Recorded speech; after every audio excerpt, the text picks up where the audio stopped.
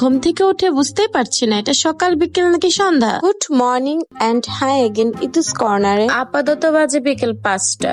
এখন ঘুম থেকে উঠে কি করব কিছুই বুঝতে পারছি না। সন্ধ্যা না সকাল তাও বুঝতে পারছি না। কি খাবো তার তো কোনো ঠিক নেই। যেহেতু হোস্টেলে থাকি খাবারও রেডি নেই। এক গ্লাস পানি খেয়ে নিচ্ছি, তারপরে ভাববো কি খাবো। আপনাদের কি মনে হয় ইতু শুধু ঘুরে আর খায়? জি না, ইতুর নিজের কাজ সব সে নিজেই করে। ঘুম থেকে উঠে বিছানা গোছানো, থালা বাসন ধোয়া, খাবার রেডি করা, এগুলো সব ইতু নিজেই করে। শরীর তো ঠিক নেই, তার মধ্যে অসহ্য গরম, তার মধ্যে কারেন্টের জ্বালা তো আছে। হতে হতে খাবার চলে আসলো। আমার বান্ধবী তো আমার জন্য আজকে খাবার রেডি করে রেখে দিয়েছিল। আজকে মনে হচ্ছে ইতুর ভাগ্যটা অনেক ভালো। ঘুম থেকে উঠে আজকে ফ্রাইড রাইস রেডি। এবার সকাল দুপুর আর বিকেলের একদম নাস্তা করে নিচ্ছি। এদিকে তো সন্ধ্যা 7টা বেজেই যাচ্ছে।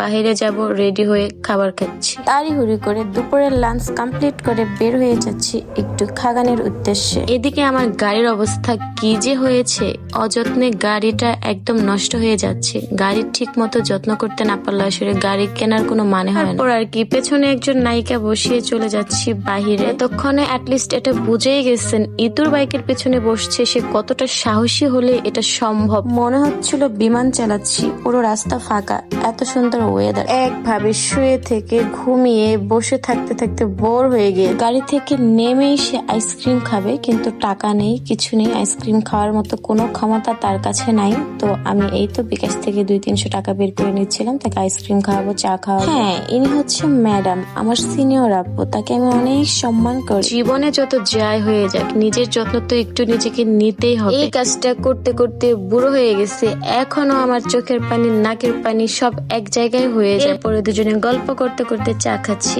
এই মামার চা এত বেশি মজা, 10 টাকার চা আপনার মনে হবে আপনি 50 টাকার চা খাচ্ছেন। এটা একদম অনেস্ট একটা রিভিউ দিলাম। তোমরা যারা কুমকুমারী বাজারে যাও তারা একবার হলেও তার চা ট্রাই করবা। এইদিকে আছে আমার প্রিয় পান মামা। তার পানের কথা আমি আর কি বলবো, তার পান এত বেশি মজা আপনারা না খেলে কখনোই বুঝতে পারবেন না। তার হাতে আসলে জাদু আছে। এরপর দুজনে চলে যাচ্ছি, না যেও আর কোনো উপায় নাই। এদিকে সময় শেষ, ঘড়ির কাঁটা টাকছে।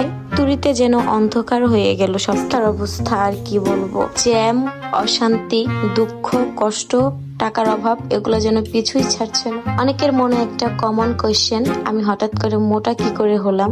এই যে আমার মোটা হওয়ার আসল রহস্য। এক সময় খুবই শুকনা ছিলাম, 47 কেজি। এখন আমি আলহামদুলিল্লাহ খেয়ে মোটা হতে হতে এখন আমি ফেটে যাচ্ছি। কিছুতে আমার শরীর কমাতে পারছি না। আপনারা যারা খাবেন ভেবে চিন্তে খাবেন। 1 ঘন্টা ঘুরে ফিরে এই তো লাস্টে হলে চলে আসলাম। লেট, আজকেও লেট, এই তো চলে আসছি।